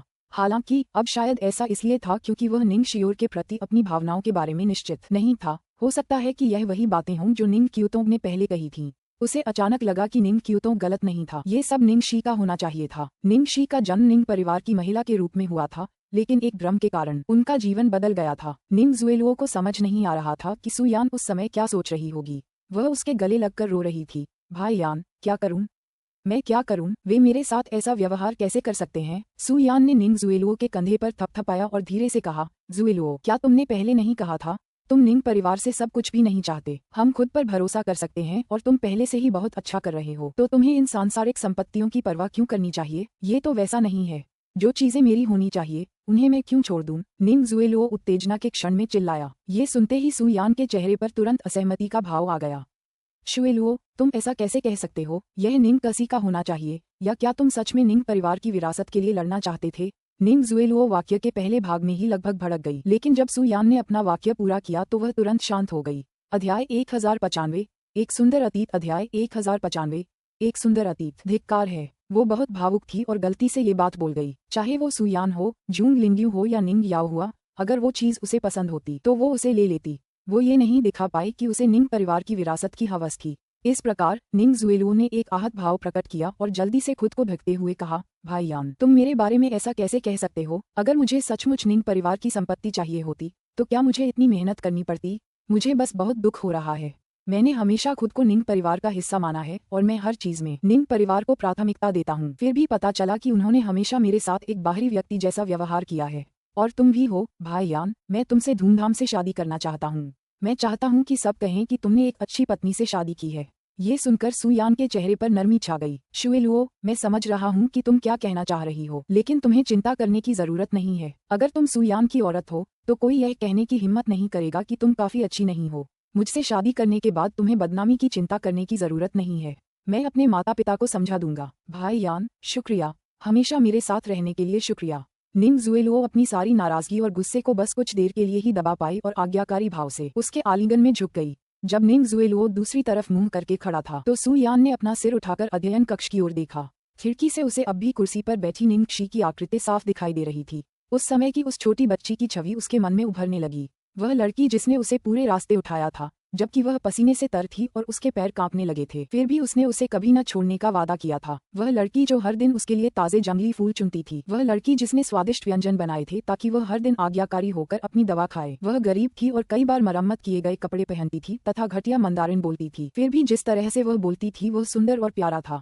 ये सब कब बदलना शुरू हुआ? जिस दिन से वह ठीक हुआ और सुपरिवार द्वारा उठाया गया, जिस दिन से वह दिखावटी शहर में लौटा, जब से वह निंग जुएलुओ की सुंदरता से मंत्रमुग्ध हुआ। सभी अच्छे पल जो कभी उसकी यादों में थे अस्वीकार्य हो गए थे। लेकिन इस समय उसे इसकी इतनी याद क्यों आ रही थी? उसे लड़की की मासूमियत याद आती थी, उसकी आंखों की चमक याद आती थी जब वह उसे घूरती थी और उससे चिपक जाती थी। निंग परिवार के द्वार पर, ओम आंटी। निंग शी हिचकिचाई, लेकिन फिर भी उसने निंग क्यूतोंग को पुकारने का फैसला किया। निंग क्यूतोंग जो अपनी कार का दरवाजा खोलने ही वाली थी, रुक गई और निंग शी की ओर देखने लगी। निंग शी ने गला साफ किया और उसके पास गई। आज के बारे में शुक्रिया, चाहे कुछ भी हो उसे फिर भी उसका धन्यवाद करना ही था। निंग क्यूतोंग बेपरवाह था। हम परिवार हैं, मुझे शुक्रिया अदा करने की कोई जरूरत नहीं है। निंग शी को ये सुनकर कि वे परिवार हैं, कई तरह की भावनाएं हुईं। उसने विनम्रता से झुककर प्रणाम किया। मैं अब भी आपको धन्यवाद देना चाहती हूँ। अपने सामने खड़ी लड़की को देखते हुए निंग क्यूतोंग ने आह भरी। दुख की बात है कि मैं उस साल विदेश में थी, मुझे ज्यादातर चीजें पता नहीं थी और जब पता चली तब तक बहुत देर हो चुकी थी। मैंने कभी सोचा भी नहीं था कि मेरा चचेरा भाई इस हद तक मूर्ख होगा। अगर मैंने उसे ऐसे ही रहने दिया तो बुजुर्ग का मेहनत से कमाया हुआ पारिवारिक व्यवसाय किसी बाहरी व्यक्ति के हाथों में चला जाएगा। जैसे ही निंग क्यूतोंग ने ये कहा, उसकी आंखों में एक शत्रुतापूर्ण चमक उठी। निंग शी गहन चिंतन में डूब गई। रात में निंग जुएलुओ के बेडरूम में जूंग लिंग्यू ने निंग जुएलुओ को अपने कंबल से ढक दिया, फिर दरवाजा बंद करने के लिए मुड़ गई। बिस्तर पर लेटी निंग जुएलुओ, जो झपकी ले रही थी, तुरंत फिर से जाग उठी। अध्याय 1096, कुछ करने में मेरी मदद करो। अध्याय 1096, कुछ करने में मेरी मदद करो। उसकी आंखों में नींद नहीं थी, बल्कि अंधेरे और नफरत से भरी थीं। ऐसी स्थिति में वह कैसे सो सकती है? निंग याओहुआ के पास वर्तमान में 15% शेयर थे, जबकि निंग याओबांग के पास 16% शेयर थे और निंग क्यूतोंग के पास 10% शेयर थे। तो कुंजी थी निंग शी, जिस किसी को भी वह अपने 10% शेयरों का समर्थन करने के लिए उपयोग करेगी। वह व्यक्ति कंपनी का सबसे बड़ा शेयरधारक होगा और उसके पास पूरी कंपनी के उत्तराधिकार के अधिकार के लिए लड़ने की सबसे अधिक क्षमता होगी। इस बार निंग याओहुआ और निंग याओबांग निश्चित रूप से निंग शी के हाथों से शेयर छीनने की कोशिश में पागल हो जाएंगे। हालांकि उसे कोई शेयर नहीं मिला था, इसलिए इसमें उसकी कोई भूमिका नहीं थी। अगर वह बाजार में मौजूद सभी शेयर खरीदने के लिए अपनी जान भी जोखिम में डाल दे तो भी उसे ज्यादा से ज्यादा सिर्फ 2% ही वापस मिल पाएगा, जो ज्यादा कुछ नहीं होगा। इसमें कोई शक नहीं था कि निंग क्यूतोंग को संभालना मुश्किल था, इसलिए उनसे शेयर छीनना उनके लिए नामुमकिन था। निंग शी के हाथ में वो शेयर ही असली चाबी थे। उसे स्पष्ट रूप से उम्मीद थी कि निंग याओहुआ निंग शी के शेयर प्राप्त कर लेगा और कंपनी का अधिग्रहण कर लेगा। हालांकि अगर निंग याओहुआ ने उस 10% के लिए निंग शी के साथ कुछ भी सौदा किया, जैसे कि उसे घर आने देना या सार्वजनिक रूप से उसकी पहचान की घोषणा करना, तो निंग जुएलुओ के लिए सब कुछ खत्म हो जाएगा। यह मामला सर्वोच्च प्राथमिकता का था। उसे एक मजबूत रीढ़ की जरूरत थी ताकि निंग याओहुआ निंग शी की असली पहचान बताने के विचार को भूल जाए। निंग जुएलुओ ने तुरंत जूंग परिवार के बारे में सोचा। हालांकि उसने गलती से जूंग लिंग्यू को जूंग लिंग्यू के मूल घर पर निंग याओहुआ से बहस करते हुए सुन लिया था। जूंग लिंग्यू ने निंग याओहुआ को जूंग परिवार से किसी भी तरह का संपर्क रखने से मना कर दिया था। दरअसल वह इस बात पर बहुत अड़ी हुई थी, इसीलिए उसने जूंग परिवार से कोई रिश्ता होने का दावा करने की हिम्मत नहीं की थी। लेकिन अब उसे इसकी कोई परवाह नहीं थी। उसे इस मौके का फायदा उठाना ही था। उसके पास जूंग लिंग्यू को संभालने का भी एक तरीका था। इसके अलावा जूंग कीर पहले ही निंग शी के पक्ष में जा चुका था, इसलिए उसे अपनी योजना में तेजी लानी पड़ी। हालांकि जूंग कीर जैसी महिला का पक्ष लेना मुश्किल होगा। इससे पहले जो कुछ हुआ था उससे निंग शी और जूंग कीर काफी करीब लग रहे थे और उसे यकीन नहीं था कि निंग शी ने उसके बारे में पहले ही कुछ बुरा कहा है या नहीं। जब उसने ये सोचा तो निंग जुएलुओ ने घृणा से अपनी आंखें सिकोड़ लीं।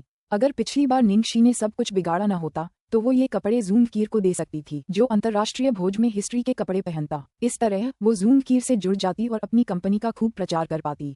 अंत में निंगशी ने सब कुछ बर्बाद कर दिया। अब जबकि वह महत्वपूर्ण अवसर खो चुकी है, उसे जूंगकीर से परिचित होने के लिए कुछ विशेष तरीकों का उपयोग करने की आवश्यकता हो सकती है। निंग जुएलुओ ने ये सोचते हुए एक चाबी निकाली और उससे तिजोरी खोली। उसने तिजोरी से एक हैंडफोन निकाला, उसे चार्ज किया और फिर फोन किया। हेलो, मैं हूँ। एक काम करो, इस बार फिर कौन है? दूसरी तरफ से एक कर्कश आवाज आए। जूंग रोंगलुआंग, निंग जुएलुओ ने एक नाम कहा। जूंग लियाओयुआन का बेटा। दूसरी तरफ से धीमी आवाज में आवाज आए। हाँ, यह जूंग लियाओयुआन का बेटा है। हम, छोटी बच्ची, तुम तो बहादुर हो रही हो, है ना? दूसरी तरफ से आवाज ने भयावह ढंग से उत्तर दिया। निंग जुएलुओ ने स्पष्ट रूप से उत्तर दिया, चिंता मत करो, मैं बस चाहती हूँ कि तुम उसे थोड़ा डरा दो। मैं तुमसे उसके साथ कुछ भी करने के लिए नहीं कह रही हूँ। जब ऐसा हो तो जैसा मैं कहूँ वैसा करो, लेकिन तुम्हें एक उपयुक्त अवसर का इंतजार करना होगा और उसे साफ सुथरा करना होगा। मैं इंतजार कर सकती हूँ, लेकिन मुझे ज्यादा इंतजार मत करवाओ। अध्याय 1097। आपके आदमी का विश्लेषण। अध्याय 1097। आपके आदमी का विश्लेषण। पीचवुड में जब निंगशी घर लौटी तो वह अभी भी उस दिन की घटनाओं के बारे में सोच रही थी जब उसके दरवाजे की घंटी बजी थी। उबले हुए बन, मुझे देखने में मदद करो कि यहाँ कौन है, निंगशी ने कहा। हाँ, मेरे प्यारे गुरु। रोबोट के चेहरे पर एक छोटी सी स्क्रीन दिखाई दी जिस पर दरवाजे पर लगे सुरक्षा मॉनिटर की तस्वीर दिखाई दे रही थी। ये लू टिंगजियाओ थी। जब निंगशी ने देखा कि यह लू टिंगजियाओ है तो वह तुरंत दरवाजा खोलने के लिए उठी। बिग बॉस, बहुत देर हो गई है। आप यहाँ क्यों हैं? मैं तुम्हारे बारे में चिंतित हूँ। अंदर आ जाओ। स्टीम्ड बन, थोड़ा पानी भी दो प्लीज। हाँ, मेरे सुंदर गुरु। रोबोट तुरंत एक कप पानी लेने के लिए लुढ़क गया। निंगशी ने सर्विंग ट्रे से पानी लिया और लू टिंगजियाओ को दे दिया और फिर उसके पास सोफे पर बैठ गई। लू टिंगजियाओ ने कप लिया और पूछा, आज कैसा रहा? क्या उन लोगों ने तुम्हें परेशान किया? दादाजी के रहते कोई भी मुझे परेशान करने की हिम्मत नहीं करता। दरअसल आज जो कुछ हुआ उसने मुझे हैरान कर दिया। तुम मेरी चाची को जानते हो ना? निंग क्यूतोंग। इस बार वो वापस आ गई। मैंने उसके बारे में सुना है, वह अच्छी इंसान है।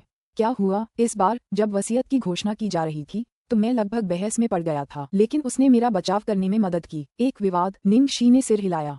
हाँ, दादाजी ने निंग जुएलुओ को ढेर सारी जायदादें और ट्रस्ट फंड दिए थे। उन्होंने कहा था कि ये उसका दहेज है, लेकिन उन्होंने उसे कोई शेयर नहीं दिए। उसी समय जूंग लिंग्यू ने तुरंत अपना शक जाहिर किया और कहा कि दादाजी ने बंटवारे में निष्पक्षता नहीं बरती। तभी निंग क्यूतोंग उठी और मेरा खूब बचाव किया। वो असल में यही कह रही थी कि जुएलुओ को निंग परिवार के शेयर विरासत में पाने का कोई हक नहीं है। निंग क्यूतोंग वाकई कमाल की हैं। जुएलुओ ने उसी वक्त अपनी भावनाओं पर काबू खो दिया और भाग गईं।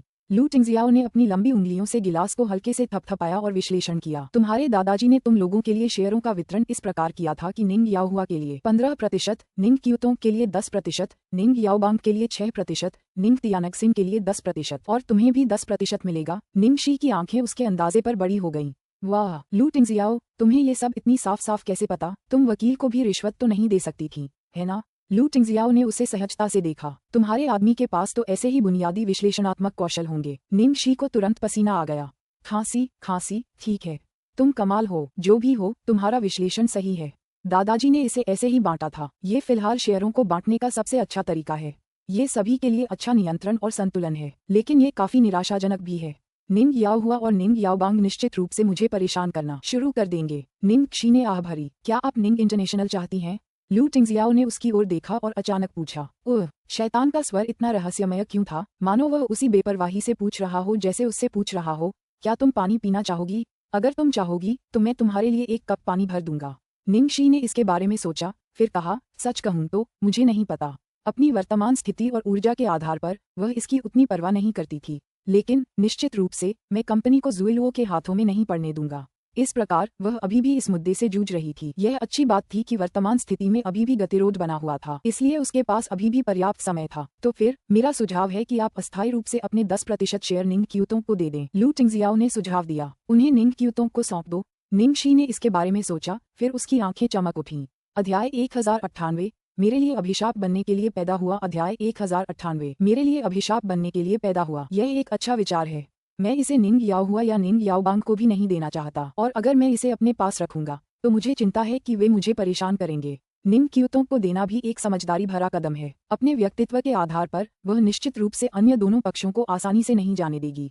इसके अलावा निंग क्यूतोंग की व्यावसायिक क्षमताओं के साथ वह दादाजी की कंपनी को कम नहीं होने देगी। बॉस, आप बहुत चालाक हैं। निंगशी ने लू टिंगजियाओ के साथ कुछ देर और इस पर चर्चा की। फिर जब उसने देखा कि देर हो रही है तो उसने पूछा, क्या आप यहीं सोना चाहेंगे? जब लू टिंगजियाओ ने उसकी बात सुनी तो उसने उसकी ओर देखा और कहा, नहीं। क्यों नहीं? बहुत देर हो गई है। जल्दी वापस आना परेशानी वाली बात नहीं है, क्या अभी भी कुछ काम है जो बाद में निपटाने हैं? निंगक्षी उलझन में थी। लू टिंगजियाओ ने असहाय होकर अपनी कनपटियों को सहलाते हुए कहा, क्योंकि मैं आसानी से नियंत्रण खो दूंगा, खासकर हमारे भावी वैवाहिक घर में। समझे? लू टिंगजियाओ ने प्यार से लड़की का सिर सहलाया। मुझे शादी के बाद तक इंतजार करने की जरूरत नहीं है, लेकिन मैं फिर भी ऐसा करना चाहता हूँ क्योंकि तुम मेरे लिए सबसे महत्वपूर्ण हो, इसलिए मैं इंतजार करने को तैयार हूँ और मैं तुम्हें पूरा सम्मान भी देना चाहता हूँ। निंगक्षी ने आह भरी, अपने सिर को उसकी चौड़ी हथेली पर रगड़े जाने का आनंद लेते हुए वह बुदबुदाई, मैं हमेशा के लिए तुम्हारे हाथों में हूँ, मुझे वास्तव में कोई शिकायत नहीं है, तुम मेरे लिए अभिशाप बनने के लिए ही पैदा हुए हो, है ना? थोड़ी देर बाद निंगक्षी ने उसे विदा कर दिया। जाने से पहले लू टिंगजियाओ को अचानक कुछ याद आया और उसने उसे एक लाल सोने की परत चढ़ा निमंत्रण दिया। निंगक्षी ने इसे पढ़ने के लिए खोला और उलझन में पूछा, हुआ जन्मदिन का निमंत्रण? मो जियानझांग कौन है? मुझे क्यों आमंत्रित किया गया है? मैं मो लिंगटियन के पिता बोल रहे हैं। निमंत्रण लिंगटियन ने भेजा है। अगर कल रात आप फ्री हों तो मेरे साथ चल सकते हैं, वरना कोई बात नहीं। मो लिंगटियन लू टिंगजियाओ और उसकी महिला साथी को आमंत्रित करने के लिए तैयार जरूर रहे होंगे, लेकिन चूंकि वे दोनों एक जोड़े के रूप में नहीं आ सकते थे, इसलिए उन्होंने निंगक्षी के लिए खास तौर पर एक अलग निमंत्रण तैयार किया था। इस भाव से पता चलता था कि वे निंगक्षी की कद्र करते थे। निंगक्षी ने सोचा, कल रात ज्यादा कुछ नहीं है, लेकिन मैं दिन में स्टूडियो में रहूंगी, इसलिए रात में खुद ही देखूंगी। लू टिंगजियाओ के सर्कल में ज्यादा लोग उसे पहचानते नहीं थे या उसे दोस्त नहीं मानते थे। ऊपर से वह बहुत विचारशील था, इसलिए उसके लिए निमंत्रण अस्वीकार करना अच्छा नहीं लगा। लू टिंगजियाओ ने जवाब दिया, ठीक है। निंगक्षी दबे पांव चलकर उस आदमी के होठों को चूमने के लिए झुकी। फिर उसने एक तानाशाह सीईओ की तरह कहा, बेबी, एक दिन मैं तुम्हें हक और इज्जत से अपने पास खड़ा करूंगी। मैं पूरे शहर की औरतों को बता दूंगी कि तुम मेरी हो। लू टिंगजियाओ अवाक रह गया। खैर, ये अच्छे शब्द थे, लेकिन क्या उन्होंने अपनी भूमिकाएं उलट दी? अगले दिन स्पिरिट स्टूडियो में, क्योंकि स्पिरिट एच जिले में अपने व्यवसाय का विस्तार करने की तैयारी कर रहा था, निंगक्षी ने जब भी समय मिला उस स्थान के लिए विवरण और प्रस्ताव की व्यवस्था की। अनजाने में ही वह देर रात तक सबके साथ बातचीत में लगी रही। निंगक्षी ने अपने फोन पर समय देखा और उसे लगा कि उसे जल्द ही देर हो जाएगी, इसलिए उसने जल्दी से कहा, मुझे बाद में डिनर में जाना है, मुझे पहले जाना है। ठीक है बॉस, बस जाओ, ओवरटाइम भी मत करो, जल्दी आराम करो। अच्छा शांगजे, स्टूडियो में कोई रेडीमेड गाउन है क्या? मेरे लिए एक ले आओ। मेरे पास घर पर कपड़े बदलने का समय नहीं है, निंगक्षी ने कहा। हाँ बॉस, आप किस तरह की शैली चाहते हैं? गोंग शांगजे ने पूछा। निंगक्षी ने सोचा, ये किसी बुजुर्ग के जन्मदिन का भोज है, इसलिए रंग और शैली सादगीपूर्ण और सादी होनी चाहिए। ठीक है बॉस, कृपया एक क्षण प्रतीक्षा करें। अध्याय 1099, सबसे उत्तम जीवन दें। अध्याय 1099, सबसे उत्तम जीवन दें। कुछ ही क्षणों बाद निंगक्षी ने वह गाउन पहन लिया जो गोंग शांगजे ने उसके लिए निकाला था। फिर उसने हल्का मेकअप किया और अपने बालों को सीधा किया। गोंग शांगजे ने उसके लिए जो शाम की पोशाक ढूंढी थी, वह वाकई बहुत ही साधारण डिजाइन की थी। यह एक पारंपरिक क्लासिक चीपाओ थी जो सादे लेकिन खूबसूरत रंग में थी। उस पर छपे काले ऑर्किड की रूपरेखा बहुत ही सूक्ष्मता से उभरी हुई थी और वह बिल्कुल चीन गणराज्य के जमाने के किसी कुलीन घराने की पवित्र बेटी जैसी लग रही थी। निंगक्षी खुद को देखने के लिए पूरे शीशे के सामने खड़ी हो गई और संतुष्ट हो गई। बुरा नहीं है, शानदार है। तो फिर ये वाला। शुक्रिया शांगजे, मैं पहले कदम रखूंगी, अलविदा। ठीक है। गोंग शांगजे ने अपने बॉस को जाते हुए देखा और कुछ कहने में झिझक रहे थे। ये पोशाक अपेक्षाकृत कम प्रोफाइल वाली थी, लेकिन एक बार जब उसने इसे पहन लिया तो ये बिल्कुल भी अस्पष्ट नहीं थी। निंगक्षी उनकी प्रेरणा की स्रोत थी, उनके कई डिजाइनों की स्रोत थी, और जब वे अपने डिजाइन बनाते थे तो उनके दिमाग में भी वही मॉडल होती थी। आप कह सकते हैं कि स्पिरिट के सभी परिधानों की असली मालकिन वही थी। जब वह खुद कोई ड्रेस पहनती थी तो उनके डिजाइनों को बखूबी जीवंत कर देती थी। मो निवास पर मो जियानझांग का जन्मदिन भोज आज आउटडोर उद्यान में आयोजित किया गया था और वर्तमान माहौल बेहद जीवंत था। लू टिंगजियाओ पहले ही पहुंच गया था। उसे पता था कि निंगक्षी स्टूडियो में व्यस्त है, इसलिए उसने उसे जल्दी नहीं करने दिया। मो लिंगटियन ने अपने हाथ में एक प्याला पकड़ा और चिंतित होकर लू टिंगजियाओ से पूछा, अरे लू टिंगजियाओ, तुम्हारी खरगोश आ जाएगी, है ना? क्या वह अब भी मुझ पर गुस्सा है? क्या वह पिछली बार की उस घटना से ठीक है जब वह लगभग चट्टान से गिर गई थी? क्या वह सदमे में थी? जब लू टिंगजियाओ ने ये सुना तो उसने बिना कुछ कहे अपने सबसे अच्छे दोस्त की ओर तिरछी नजर से देखा। डर गए? उस छोटी बच्ची ने कहा था कि उसे बहुत मजा आया और यह काफी रोमांचक था। उसे सचमुच उम्मीद थी कि वह थोड़ा डर जाएगी, इस तरह वह ज्यादा सावधान रहेगी। मो लिंगटियन को समझ नहीं आया कि लू टिंगजियाओ की नजर का क्या मतलब है। जैसे ही उसने उससे बात की, दरवाजे पर एक जानी पहचानी आकृति दिखाई दी। निंगक्षी ने इत्मीनान से अंदर जाने से पहले गेट पर खड़े गार्ड को अपना निमंत्रण दिया। दरवाजे पर लगे खूबसूरत और चमकदार झूमर के नीचे वह लड़की अपने सादे गाउन और ढीले ढाले बालों में लकड़ी के हेयरपिन के साथ मानो हवा से नश्वर दुनिया में कदम रखा हो ऐसी लग रही थी। वह रोशनी की ओर पीठ करके चल रही थी और उसके पीछे का दृश्य धीरे धीरे किसी स्याही से धुली हुई पेंटिंग की तरह धुंधलाता जा रहा था। ये पोशाक न केवल उस पर अच्छी लग रही थी, बल्कि निंगक्षी की अपनी आत्मा को बदलने की अनोखी क्षमता ही थी जिसने उसके गाउन के साथ उसके आसपास के माहौल को बदल दिया।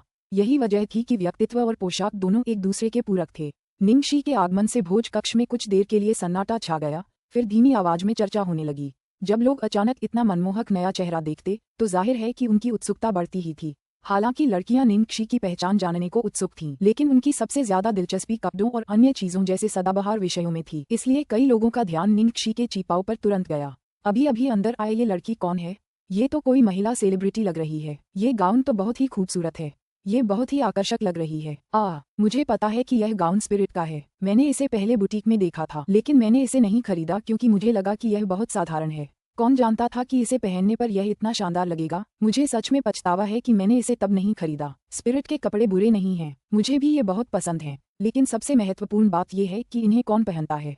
ये कपड़े जितने सादे दिखते हैं उतना ही ये तय करते हैं कि इन्हें कौन पहनता है। आप ठीक कह रहे हैं। जब निंगशी अंदर आई और लू टिंगजियाओ की नजर उस पर पड़ी तो उसने बैठने के लिए एक कोना ढूंढ लिया। अध्याय 1100। मेरी कोई गर्लफ्रेंड भी नहीं है। अध्याय 1100। मेरी कोई गर्लफ्रेंड भी नहीं है। मो लिंगटियन ने लू टिंगजियाओ के कंधों पर हाथ रखा और खुद को सूची बनाने से रोक नहीं पाया। 2 मूंग वाली लोमड़ी, प्यारी छोटी खरगोश, निशानेबाजी विशेषज्ञ, प्यारी नौकरानी, योद्धा, कुलीन वर्ग की बेटी। तुम्हारी छोटी खरगोश के कितने चेहरे हैं। मुझे आखिरकार पता चल गया कि तुम इस महिला से इतने मोहित क्यों हो। हर बार जब वह सजती संवरती है तो वह एक अलग व्यक्ति बन जाती है। क्या तुम्हें ऐसा लगता है कि तुम हर दिन गर्लफ्रेंड बदल रहे हो? लू टिंगजियाओ ने जवाब दिया, वह जैसी भी दिखती हो मुझे वह पसंद है। मो लिंगटियन का मजाक अचानक एक भावनात्मक क्षण में बदल गया जब लू टिंगजियाओ ने ऐसा कहा। मो लिंगटियन को ऐसा लगा जैसे उसके सीने में तीर लग गया हो। भाई, मैंने देखा है कि डेटिंग शुरू करने के बाद से तुम लगभग एक प्रेम गुरु बन गए हो।